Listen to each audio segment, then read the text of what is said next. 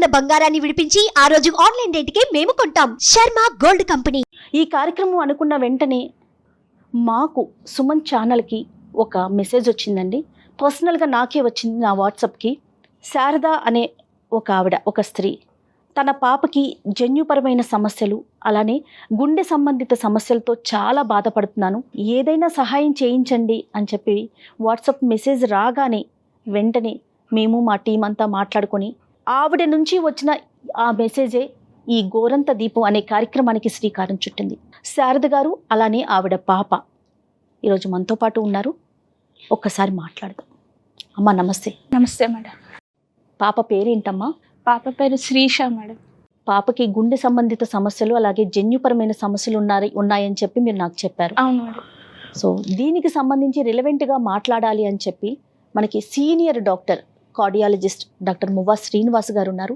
ఆయన్ని కూడా ఈ షోకి మనం ఇన్వైట్ చేయడం జరిగింది. నమస్తే శ్రీనివాస్ గారు. నమస్తే. శ్రీనివాస్ గారు, తన కండిషన్ తెలిసిన వెంటనే నేను మీకే ఫస్ట్ మీతోనే మాట్లాడాను. ఏం చేయాలి, ఎలా చేయాలనుకున్నప్పుడు దానికి సంబంధించి డీటెయిల్గా మాట్లాడటానికి మీరు రెడీగా ఉన్నారు. అయితే నాకేమనిపించిందంటే వనజ రామశెట్టి గారండి, వన్ ఆఫ్ ది మన గెస్ట్. తను వేదిక్ న్యూట్రిషనిస్ట్ అలాగే హెల్త్ కోచ్ అనమాట. సో ఆవిడని కూడా నేను ఇన్వైట్ చేశాను. నమస్తే వనజ గారు. నమస్తే అండి. శిరీష గారు చెప్పండి, ఎన్ని సంవత్సరాలండి పాపకి? ఇప్పుడు 10 సంవత్సరాలు మేడం. ఓకే. ఎప్పటి నుంచి ఈ సమస్య ఉంది? అంటే పుట్టినప్పుడు హెల్తీగానే పుట్టింది మేడం పాప. అయితే డాక్టర్ అంటే హార్ట్ ప్రాబ్లం ఉందని కూడా నాకేం చెప్పలేదు, డయాగ్నోస్ చేయలేదు.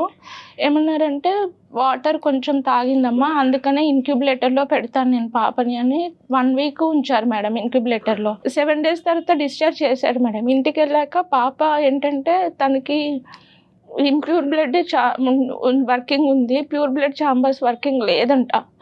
అది దానివల్ల ఈమె 3.5 ఉండింది. ఒక 10 daysలోనే ఏంటంటే మొత్తం రెడ్యూస్ అయిపోయి 1 kgకి వచ్చింది.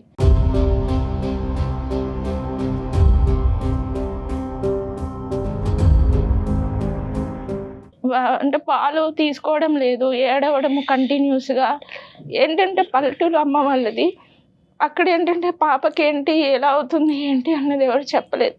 తర్వాత మళ్ళీ మేము వేరే డాక్టర్ని కన్సల్ట్ చేసాము. సరే ఇలా అవుతుంది పాప, అసలు ఏంటి ఏదైనా ఉందా అంటే ఆయన బై హార్ట్ బీట్తోనే చెప్పారు మేడం. లేదు మేడం, పాపకి హార్ట్ సర్జరీ కావాలి కంపల్సరీ, లేదంటే పాప బ్రతకదు, మీరు ఇమ్మీడియట్గా వెళ్ళాలి అని చెప్పారు. ఫస్ట్ కేర్లో చూపించాం. కేర్లో చూపించినప్పుడు డాక్టర్ నాగేశ్వరరావు గారి దగ్గర చూపించినప్పుడు ఆయన డయాగ్నోస్ చేశారు, పాపకి TA-PVC అనేది ఒకటి ఉంది, అది ఆ సర్జరీ చేయాలి అని అన్నారు. అప్పుడు మనీ అంటే చెప్పారు మేడం కొంత అమౌంట్ని, అంత ఎఫర్ట్ చేయలేం సార్ అని చెప్తే ఆరోగ్యశ్రీ అంటే లేట్ అవుతుంది మేడం, పాప కండిషన్ ఎలా ఉంటుందో చెప్పలేము అని చెప్పారు. అట్లా ఒక 3 days తిరిగాం మేడం, ఆరోగ్యశ్రీ ఎవరైనా చేస్తారా ఏంటి అనేసి. తర్వాత తెలిసిన వాళ్ళ ద్వారా స్టార్ హాస్పిటల్లో అడ్మిట్ చేయించుకొని సర్జరీ రేపు అనే రోజు ఈరోజు నైట్ చెప్పారు వాళ్ళు, పాపకి సర్జరీ చేసినా బతకదు, వెళ్ళిపోండి అని.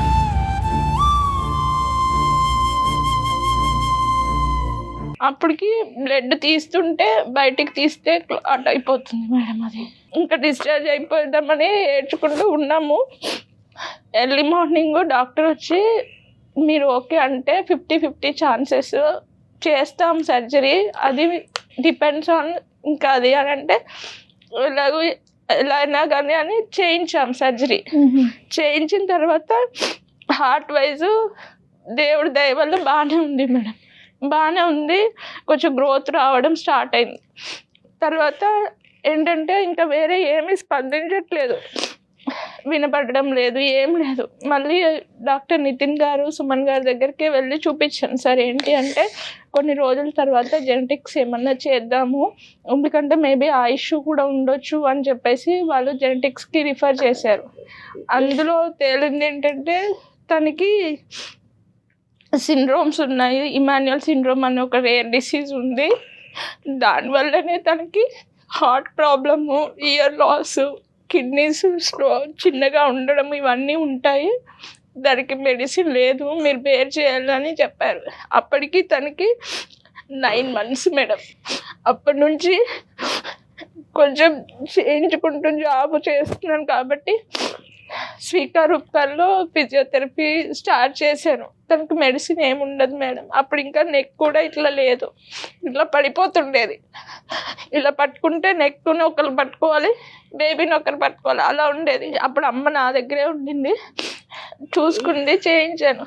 తర్వాత కొన్ని ఫ్యామిలీ ఇష్యూస్ వల్ల అమ్మ ఇంటికి వెళ్ళిపోయింది. తిని చూసుకోవడం కష్టమైపోయింది మేడం. నేను జాబ్కి వెళ్ళాలి, అక్కడ చిన్న లేట్ వెళ్ళినా శాలరీ డిడక్షన్స్ ఉంటుంది. చూసుకునే వాళ్ళేమో తొందరగా రారు మేడం. వాళ్ళు ఏమన్నా అంటే ఏమైంది అక్కడ ఉంటుంది పాప, ఏమవుతుంది మీరు వెళ్ళాల్సింది, ఇలా మాట్లాడతారు. వాళ్ళు అలా మాట్లాడినప్పుడు చాలా బాధేస్తుంది. అదేంటి పాప తనకి ప్రాణం ఉంది, అలాగే చూడండి మీరు, కానీ ఏదో వస్తువులో చూడొద్దు అనేసి నేను వాళ్ళు లేట్ అయినా పర్వాలేదు, నాకు వచ్చేది 2000 అయినా చాలని వాళ్ళు వచ్చిన తర్వాత ఆమెకు అన్నీ చెప్పే వెళ్ళేదాన్ని. అట్లా నాకు ఆఫీస్లో రిమార్క్స్ స్టార్ట్ అయ్యాయి మేడం. లేట్ కమ్మర్ వస్తుంది, ఎప్పుడు చూసినా బేబీ బేబీ అని అంటది. బేబీ కావాలా జాబ్ కావాలా డిసైడ్ చేసుకోండి అనే సిచ్యువేషన్కి వచ్చేసింది.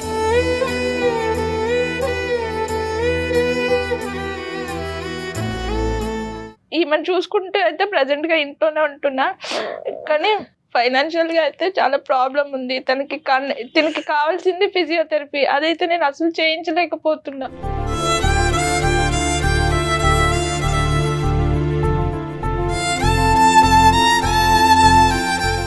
ఎవరైనా హెల్ప్ చేస్తే తప్పకుండా ఫిజియోథెరపీకి అయినా హెల్ప్ చేస్తే కొంచెం చేయించుకోగలుగుతానని చెప్పేసి చాలా వాళ్ళని అడిగాను మేడం నేను. అంటే దగ్గరలో ఉన్న వాళ్ళు ఎమ్మెల్యేని కలవండి, వీళ్ళని కలవండి, ఈ ఛానల్ వాళ్ళని కలవండి అంటే వెళ్ళాను, చాలా మందిని కలిశాను. వాళ్ళు అప్పటి వరకు చెప్పారు, కానీ నాకు ఏ సొల్యూషన్ దొరకలేదు. సుమన్ టీవీ చూస్తూ ఉంటాను, ఈమె రమా మేడం స్టోరీస్ వింటది, అంటే పెడితే ఆ స్టోరీస్ వింటది మేడం. ఇది అవి పెడితే ఒక 2-3 స్టోరీస్ విన్న తర్వాత పడుకుంటుంది రోజు. అయితే నేను ఆ మెసేజ్లు చూసేదాన్ని, ఎప్పుడు చూస్తుంటే అలా ఒకరోజు వాట్సాప్లో మీకు ఏమైనా ప్రాబ్లమ్స్ ఉంటే ఈ నెంబర్ చేయండి అంటే, అలా నేను ఆ నెంబర్కి వాట్సాప్ చేసి నాకు ఈ ప్రాబ్లం ఉంది మేడం, ఏదైనా హెల్ప్ చేయగలరా అని చెప్పేసి చేశాను. అప్పుడు మేడం వాళ్ళు మీరందరూ వచ్చారు మేడం. బిడ్డను పరీక్ష చేసిన తర్వాత ఓవరాల్ ఇంప్రెషన్ వస్తుందండి. దెన్ వీ కెన్ హోలిస్టిక్లీ మొత్తం అంతా మాట్లాడొచ్చే అవకాశం ఉంటుంది మనకి.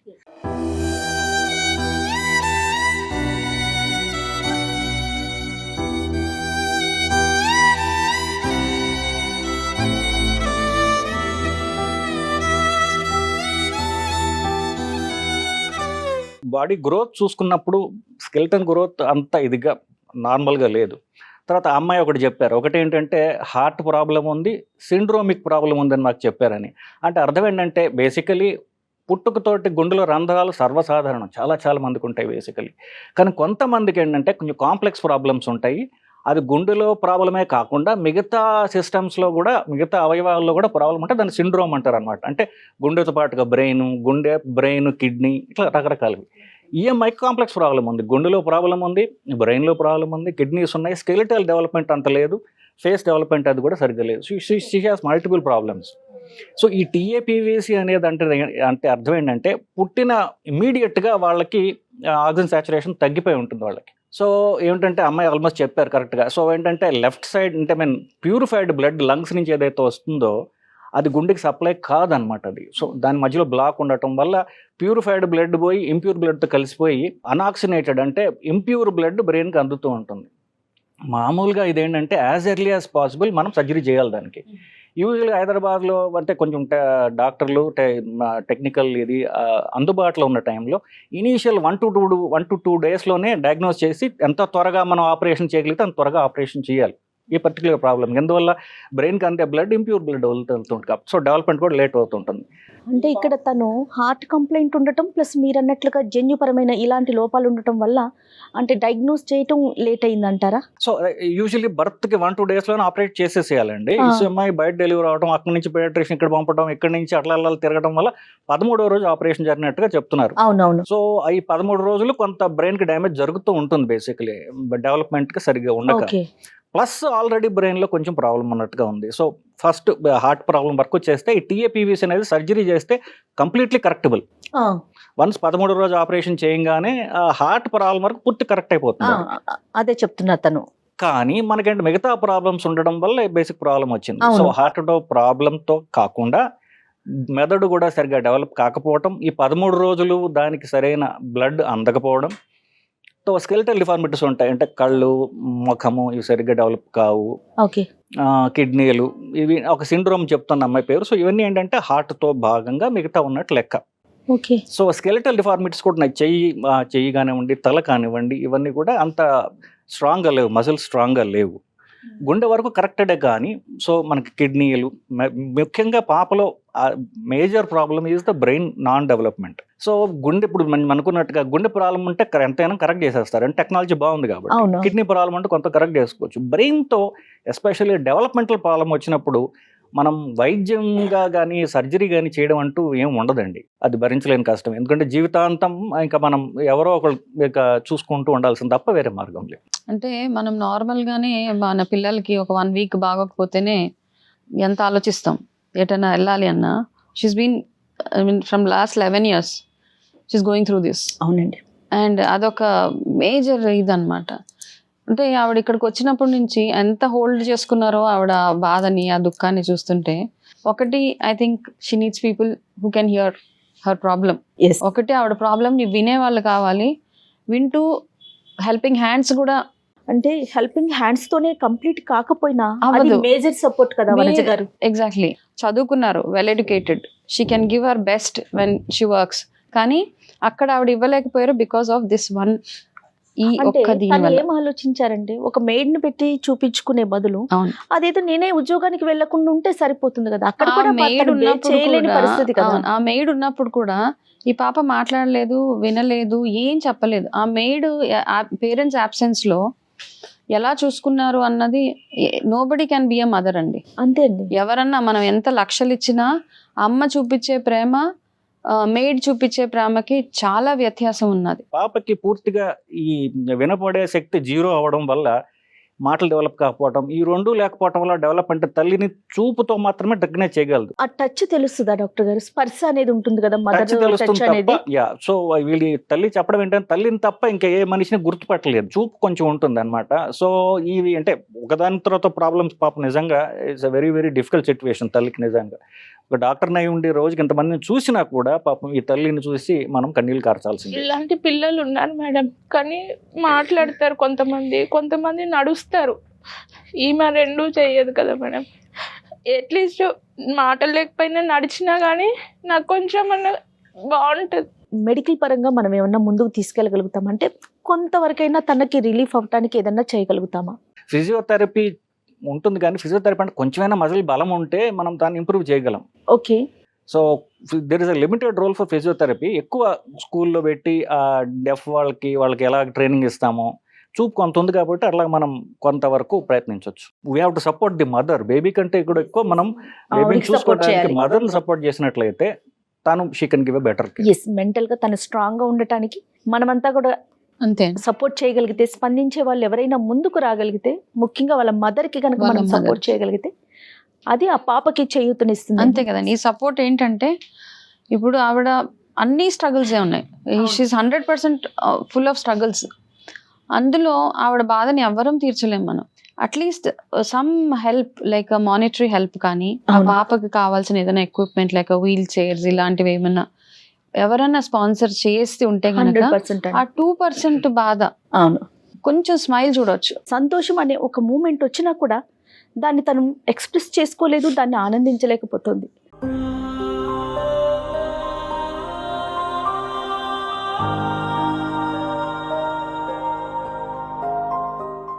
వేరే చుట్టాలు ఇల్లు కానీ ఎవరింటికి వెళ్ళలేదు మేడం, ఎవరు పిలవరు కూడా. ఏమనంటే వచ్చేదాన్ని కదా, ఎందుకు పిలవలేదని ఆ పిల్లని వేసుకొని ఏమొస్తాం. అది కన్సర్నా తెలియదు, చాలా తెలియదు, ఏమీ తెలియదు మేడం.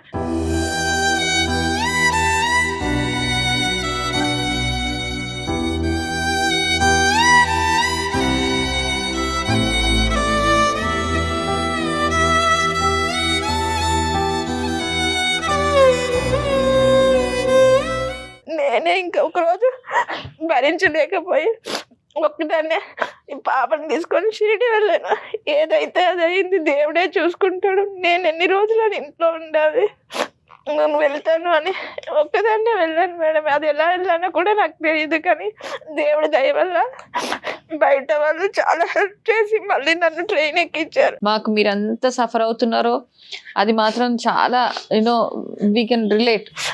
నేను పక్కన వాళ్ళ నుంచి కూడా చాలా, నేను ఈ పాపని ఎత్తుకొని వస్తే మేడం మంచిగా ఉన్న పిల్లల్ని అలా తిప్పుకొని వెళ్ళిపోయారు. అప్పుడు చూసినప్పుడు అయితే నేను అక్కడే కూర్చొని ఎంత ఏడ్చాను. ఏమన్నా అంటే నేను దిష్టి పెడతానంట వాళ్ళకి, అందుకని వాళ్ళు అలా తిప్పుకొని. ఇదే ప్రాబ్లం అండి అసలు మన దగ్గర. ఇంకా అందులో నుంచి బయట రాలేదు మనం.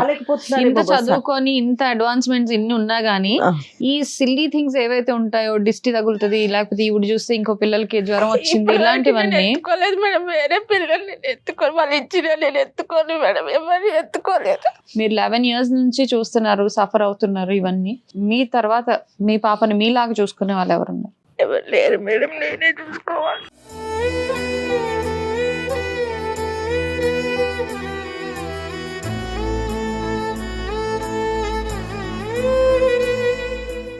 సో మామూలుగా మనుషులు ఎప్పుడైనా పక్కన వాళ్ళ బాధలు ఉన్నాయనుకోండి, వాళ్ళని అవాయిడ్ చేయడానికి ట్రై చేస్తారండి మన సైకాలజీ ప్రకారం. ఎందువల్లంటే మనకి జీవితం సంతోషంగా స్మూత్గా గడిచిపోవాలి తప్ప కష్టాలని మనకొద్దు, కష్టాలు వచ్చిన వాళ్ళని మన కనీసం పలకరించాలన్నా కూడా అవాయిడ్ చేయడానికి ట్రై చేస్తారు. కానీ చూస్తే కూడా కష్టాలు వచ్చేస్తాయి శ్రీనివాస్ గారు. ఎలా ఉంటున్నారంటే ఏం మారుతున్నాం, ఏం నేర్చుకుంటున్నాం మనం కదా. ఒక మనిషి బాధలో ఉన్న మనిషిని చూస్తే కష్టాలు వస్తాయా? యాజ్ ఎ హ్యూమన్ బీయింగ్ మనము ఎప్పుడు ఎదుగుతామంటే, మనిషిగా ఎప్పుడు ఎదుగుతామంటే కష్టాలు ఉన్న వాళ్ళకి హెల్ప్ చేయాలి. లేదా మనకు కష్టాలు ఉంటే సరే, మనకు లేకపోతే ఇలా కష్టాలు ఉన్న వాళ్ళకి మనం హెల్ప్ చేయడం ద్వారా వాళ్ళ కష్టాలు మనం పాలు పంచుకుని you go through the pain and you become a better person. Medical పరంగా మరి ఎవరితోన్నా మనం ఫిజియో కానీ అట్లా ఏదన్నా మాట్లాడే ప్రయత్నం చేయొచ్చు అంటారా? తప్పకుండా చేయొచ్చండి. ఇట్లాంటి స్కూల్ ఏమన్నా ఉంటే మనం వాళ్ళతో మాట్లాడొచ్చండి. తెలిసిన వాళ్ళు ఒకడు ఉన్నారు, వాళ్ళతో మాట్లాడి, వాళ్ళు ప్రొఫెషనల్స్ అనమాట దీంట్లో. సో వాళ్ళతో మాట్లాడి వాళ్ళు ఏమైనా సహాయం చేయగలరు, ఏమన్నా ముందు వాళ్ళ రిసోర్సెస్ ఏమిటి అది కనుక్కో ప్రయత్నం చేయొచ్చు. మరి ఒకసారి ఏమన్నా మాట్లాడతారా వాళ్ళతో? మనం ఎలాంటి అంటే ఆ పాపకి ఎంత వరకు చేయగలుగుతాం, ఎలాంటి సపోర్ట్ చేయగలుగుతాం మెడికల్ పరంగా అనేది ఒక్కసారి చూద్దామండి. సరే, ఓకే అండి.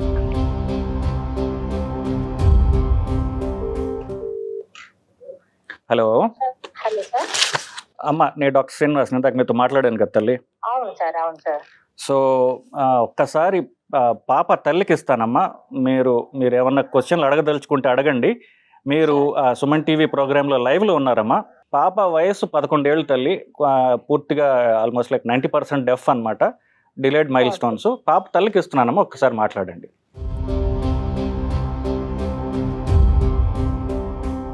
Hello madam. హలో మేడం చెప్పండి. మీ పాప ఎంత వయసు అండి? 11 years మేడం. 11 years. ఎక్కడ ఉంటారు? సఫిల్ కూడా మేడం. సఫిల్ కూడా అలాగా? అవును మేడం. ఇంతకు ముందు ఏమన్నా అంటే ఇప్పటి వరకు ఏదైనా నార్మల్ స్కూల్ కి ఏమైనా తీసుకెళ్లారా మీరు? సఫిల్గూడలో లక్ష్య సాధన అని ఒక స్పెషల్ స్కూల్ ఉంది కదా మేడం, అక్కడ జాయిన్ చేశాను మేడం. తను ఇప్పుడు రెగ్యులర్ గా అక్కడికి వెళ్తుంది, డ్రాప్ చేస్తాను తను అక్కడ. Okay okay. అంటే ఇంప్రూవ్మెంట్ అలా ఏమైనా ఉన్నదా అక్కడ మీకు? అంటే కొంచెం, అంటే వాళ్ళు థెరపీస్ ఏం చెయ్యరు మేడం, జస్ట్ యాక్టివిటీస్ లాంటివి చేస్తారు, కొంచెం కూర్చోబెట్టడము అలాగా చేస్తారు. అదైతే ఉంది మేడం, కూర్చుంటుంది కొంచెం, ఒక 1 hour వరకైనా కానీ కొంచెం పర్వాలేదు, కూర్చోగలుగుతుంది. అంటే ఇప్పుడు ఐక్యూ లెవెల్స్ ఎంత ఉన్నాయమ్మా మీ పాపకి? అది ఐక్యూ టెస్ట్ నేను చేయించలేదు మేడం. ఐక్యూ టెస్ట్ చేయించాలి ఫస్ట్. Okay madam. మీరు ఐక్యూ టెస్ట్ చేపిస్తే ఏమవుతుందంటే పాపకి ఇప్పుడు యాక్చువల్ గా 11 సంవత్సరాలు కదా. అవును మేడం. సో ఇప్పుడు మనకి ఏంటంటే మెంటల్ ఏజ్, యాక్చువల్ ఏజ్ అనేది వేరువేరుగా ఉంటది వీళ్ళకి. ఓకే. ఇప్పుడు అమ్మాయికి 11 సంవత్సరాల ఏజ్ అంటే ఆ అమ్మాయికి మెంటల్ ఏజ్ 11 సంవత్సరాలు అంత ఉండదు. మనకి ఎట్లా అంటే 3 సంవత్సరాల ఏజ్ ఉందా, 6 సంవత్సరాల ఏజ్ ఉందా, 9 సంవత్సరాల ఏజ్ ఉందా అనేది మనకి ఐక్యూ టెస్ట్ చేపిస్తే మనకు తెలుస్తుంది. ఐక్యూ టెస్ట్ చేయించిన తర్వాత మనము ఆ లెవెల్ తగ్గట్టుగా మనకు వాళ్ళకి స్కూల్లో మనము ట్రైనింగ్ ఇవ్వాలి. ఈ స్పెషల్ స్కూల్లో, నార్మల్ స్కూల్లో వీళ్ళు చదవలేరు. ఓకే సో మనకు అసలుకి ఎంత మైల్డ్ ఉందా, మోడరేట్ ఉందా, సివియర్ ఉందా, ప్రొఫౌండ్ ఉందా అనేది మనకు ఐక్యూ టెస్ట్ ద్వారా మనకు తెలుస్తుంది అనమాట. ఓకే దాన్ని బట్టి మనం ఏ లెవెల్లో మనకు వాళ్ళకి ఎలా చెయ్యాలి ఏంది అనేది తెలుస్తుంది ఇక్కడ ఉన్న టీచర్స్ కి. దాని ప్రకారంగా వాళ్ళకు మనము ఎడ్యుకేషన్ ఇచ్చుకుంటా పోతాం. అంటే వాళ్ళకు బిహేవియర్ ప్రాబ్లమ్స్ ఉన్నా ఏ ఉన్నా కూడా మనము చేయించుకోవచ్చు, ఈ విధంగా చేయించుకోవచ్చు అనమాట. ఐక్యూ టెస్ట్ ద్వారానే మనకు తెలిసిపోతుంది ఏదైనా సరే. మేడం, నేను టెస్ట్ చేయించుకున్న తర్వాత ఒకసారి మిమ్మల్ని కలుస్తాను మేడం.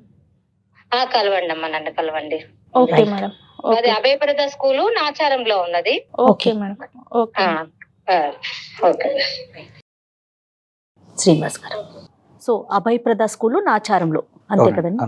సో ఆ టెస్ట్ ఐక్యూ టెస్ట్ అంటున్నారు కదా, అది చేసుకున్నాక ఒకసారి కలిస్తే ఫర్దర్ గా ఏం చేయాలి అనేది ఒక ఐడియా ఉంటుంది, అంతేనండి? లెవెల్లో తెలుస్తుంది వాళ్ళకి. సో దాన్ని బట్టి వాళ్ళు ట్రీట్మెంట్ ప్లాన్ చేస్తారు. సో మెడికల్ పరంగా మనం ఇది చేయగలుగుతాము. ఇంకా తనేమన్నా ఇంట్లో చేయాల్సిన పని ఏమన్నా ఉంటుందండి? సో మనం అనుకున్నట్టుగా పాపకి మనం ట్రైన్ చేయడం ఒక భాగం అయితే అది స్లోగా ప్రాసెస్ ఉంటుంది. అది ప్రొఫెషనల్స్ చేసుకుంటారు, దానిలో ప్రాబ్లం లేదు. ఓకే, మన నుంచి మనం ఏం చేయాలంటే పాపని చూసుకునేటటువంటి మనం వ్యవస్థను క్రియేట్ చేయాలి. బేసికలీ స్కూల్లో కొంత ఇంటికి వస్తుంది కాబట్టి, so we have to support the mother basically with what ever మనం ఏమి చేయగలిగితే అది. ఈ తల్లికి మనం హెల్ప్ చేయడం ద్వారా మనం ఇండైరెక్ట్ గా పాపకి will strengthen the baby. Basic nutrition పరంగా ఏ ఫుడ్ పెడితే తనకు కొంచెం బలంగా ఉంటుంది అంటే న్యూట్రిషనిస్ట్ ని కన్సల్ట్ చేస్తే అంతే కదండి, ఓన్ గా కాకుండా కొంచెం తనకి తన హెల్త్ వైజ్ గా ఇంప్రూవ్ అయ్యే ఫుడ్ ఎట్లాంటిది పెట్టొచ్చు, ఈజీగా డైజెస్ట్ అయ్యేది. మీరు చెప్పారు తనకు ప్రాబ్లం ఉంది, కాన్స్టిపేషన్ ప్రాబ్లం, ఈజీగా అరిగిపోయే ఫుడ్స్ అవన్నీ పెడితే, అంటే అట్లీస్ట్ తను చెప్పుకోలేదు కాబట్టి we have to give her that comfort. తిన్న ఫుడ్ అరిగిపోయి ఇవన్నీ తను చెప్పట్లేదు, కాకపోతే బాధపడుతుంది కదండి. అది ఫైనాన్షియల్ గా సపోర్ట్ చేయడానికి కోనా ఫౌండేషన్స్ అని మచిలీపట్నంలో ఒక ఎన్జిఓ రన్ చేస్తున్నారు. ఆయన ఒక ఇంటర్వ్యూలో నాకు పరిచయం అనమాట. సో నేను ఈవిడ నాకు మెసేజ్ పెట్టిన వెంటనే నేను ఆయనతో మాట్లాడా. వెంటనే స్పందించి మాకు తోచినంత మేము చేయగలిగినంత సపోర్ట్ మేము ఫస్ట్ నేను చేస్తాను జయ గారు అనే ఒక ఉద్దేశంతో ఆయన ముందుకు వచ్చారండి. సో ఒకసారి ఫోన్ చేస్తాను నేను ఆయనకి.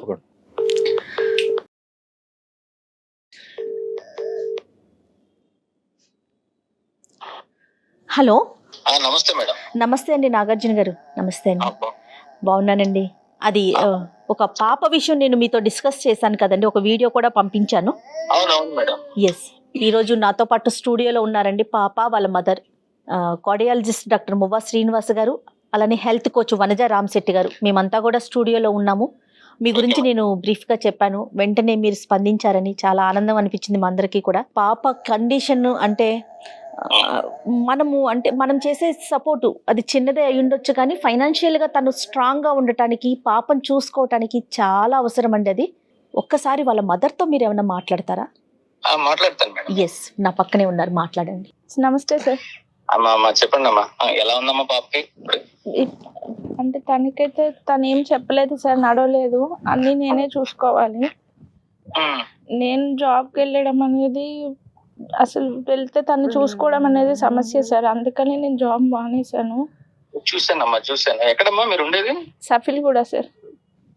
ఓకే ఓకే అమ్మా, ఆల్రెడీ మేడం గారు నాకు పంపించారమ్మా మీ వీడియో అదంతా కూడా చూసాను నేను. ఆల్రెడీ చెక్ కూడా నేను నిన్ననే పంపించానమ్మా.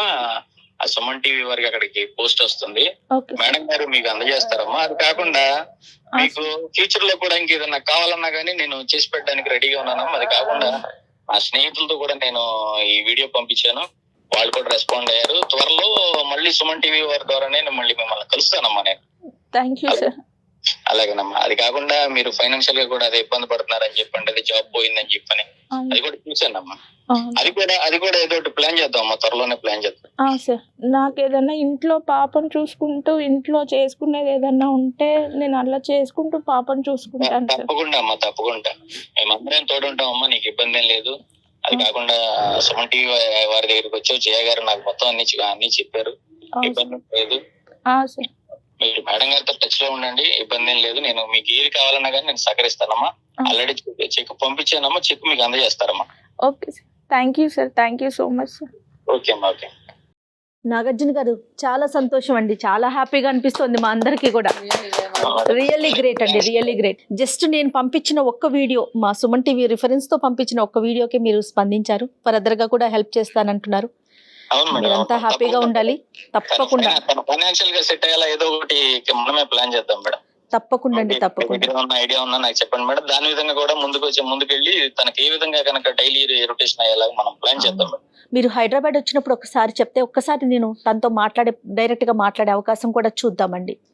ఓకే మేడం, తప్పకుండా madam. Thank you so much Nagarjuna గారు, థ్యాంక్ యూ అండి. నేనే మీకు థ్యాంక్ యూ చెప్పాలి మేడం, ఎందుకంటే మంచి కార్యక్రమానికి నన్ను కూడా మీరు నాకు పంపించినందుకు, అట్లాగే ఒక మంచి కార్యక్రమం నాతో కూడా చేస్తున్నందుకు నేనే మీకు థ్యాంక్ యూ చెప్పాలి మేడం. సో మీ సుమన్ టీవీ వారికి మీకు థ్యాంక్ యూ అండి. Thank you madam. ఓకే.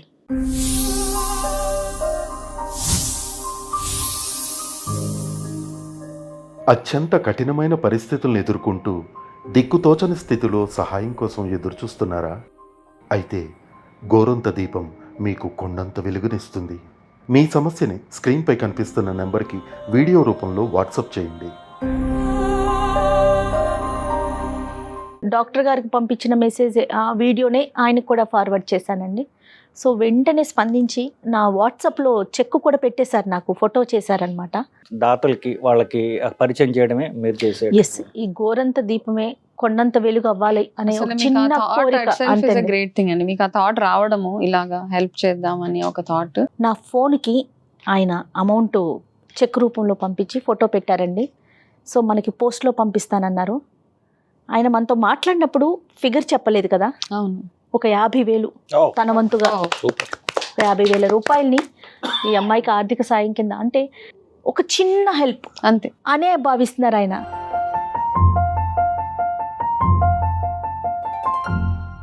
కానీ నాకు చాలా ఆనందం అనిపిస్తోందండి నాగార్జున గారితో మాట్లాడాక. అట్లీస్ట్ నేను ఇంత ఇస్తున్నాను అనే మాట కూడా అనుకున్నాను.